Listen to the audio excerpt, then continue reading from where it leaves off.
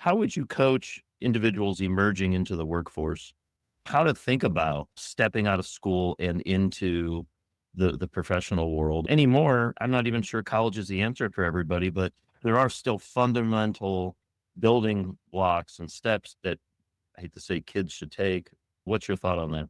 I've certainly hired and fired for many years, but if I'm talking to a group of people that are coming into the workforce, I'm probably going to be more philosophical about it. I'm going to first probably try to kindle their entrepreneurial spirit, but then I would probably tell them I would focus more on mastery of something. I would tell them focus on being the best at something. And that best doesn't have to be what you're passionate about.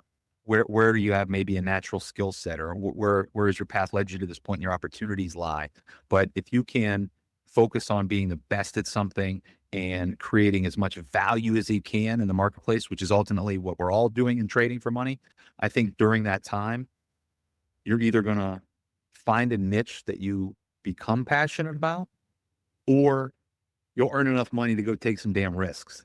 So I'd probably bring it back full circle to starting a damn business, which is what I believe in. The other part of that, develop that mastery, add value, create opportunities for yourself. You don't have to have it figured out today.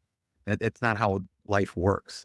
When I say maybe you find a niche that you're passionate about, or maybe earn enough financial security to have a nest egg and take some risk, or you might just find yourself on that path and find fulfillment in there and stick with it. But it would start probably with mastery, getting great, be great. Like if you focus on one thing, I think to be great at it, it's going to trickle down into everything that you're thinking about. Last thing I would say again is simply you don't have to decide right now. If you think I might want to start a business one day, okay, it's one day. It can be when you're 40, it could be when you're 30, right? If you don't really know, you don't have a clear and direct path, which most of us don't. Use the education you have, use the opportunity in front of you, but be great at it. That'll open it up. That's great advice. I think seizing the opportunity or recognizing opportunities that present themselves, even if they're maybe not the sexiest opportunities in the world, are going to lay a foundation for other things you do in the future that you yet can't see, which again, I think you're the epitome of.